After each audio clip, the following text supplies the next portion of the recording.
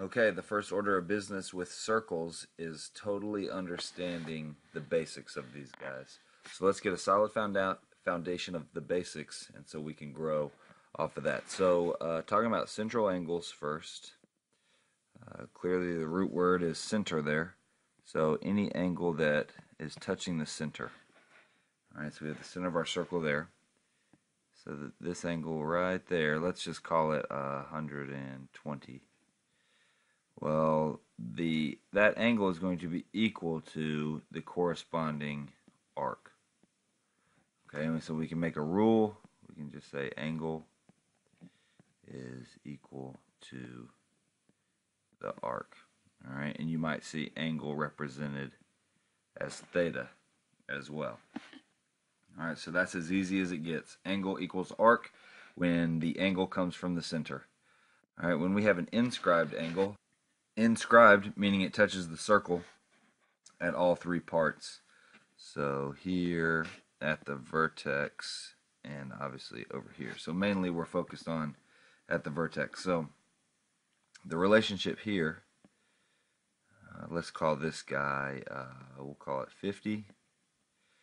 So I know that this arc is actually going to be twice the angle. So 2 times the angle gives me the arc. So this arc would have to be 100. Okay, so we can write this as two different things. Either 2 times the angle is equal to the arc. All right, that's one way of writing it. The other way of writing it would be the arc divided by 2 is equal to the angle. Those are the exact same thing, just written different ways. Okay, so these mean the same thing, they do the same thing.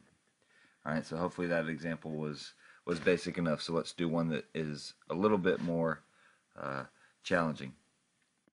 Alright, if this over here is 140, well, we can use our knowledge from the past unit that the number of degrees in a straight line are 180. So that must mean that this green angle right here has got to be 40 degrees. So we're going to give that 40. Alright, and since it is a central angle, the vertex is at the center of the circle, we know that 40 must be equal to 6x minus 8. And then we can just solve it like a normal algebra problem, add 8 to both sides, and we're left with 6x equals 48, and our answer would be x equals 8. Okay, so that's how we would do one like that. This one down here is very basic because we see that this arc is 120, so that must mean that my angle is also 120 degrees. Alright, and this problem is the same exact thing over here, except it gives us the angle now, so that my arc must be 123. Okay, so central angles are as easy as it gets. Inscribed angles, we have a little bit of calculating to do. So the basic problem over here, if the arc is 80 degrees, and remember from our formula, let's see if we can get that back.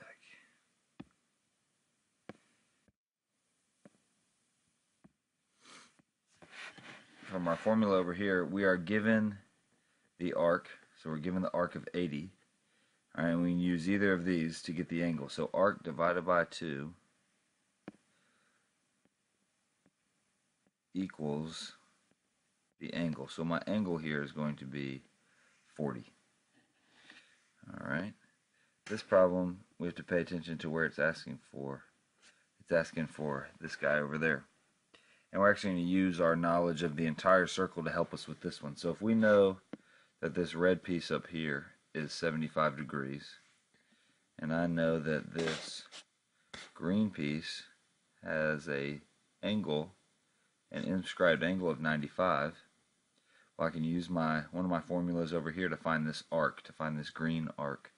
So I know it's going to be 2 times the angle will give me my arc. So 2 times 95 is 190. All right. And I know this whole circle has 360 degrees, so this whole circle is 360. So this is 75, and this is 190. Well, those add up to 265. So I have 360 minus 265. All right. And that's going to be 95, which gives me my arc right here. Okay. So that's how we would do a problem like that, is break it down and use our entire knowledge of the circle. For a problem down here, we want to use that same, just because there's an X in there, shouldn't throw us off. We can still use one of our two formulas over here. So either, let's do it different on this one. Let's do arc divided by 2. 192 divided by 2 is equal to the angle, and the angle in this case is 31x plus 3. Alright, so 192 divided by 2 is going to be 96 equals 31x plus 3. We can subtract our 3, and we're left with 93 equals 31x, and we will find that x just equals 3 for this guy.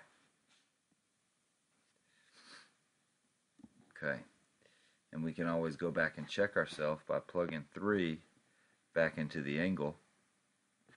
Alright, so we'd get 96 as our angle. And since we know that the relationship has to be 2 times the angle as the arc, we can check ourselves and say, is 96 times 2, is that equal to 192? And we can say it is, so I know that I'm right. Okay, so this is the basics of circles, or this is the basics of angles inside of circles. In the next video, we'll start to address angles when they are not central and not inscribed.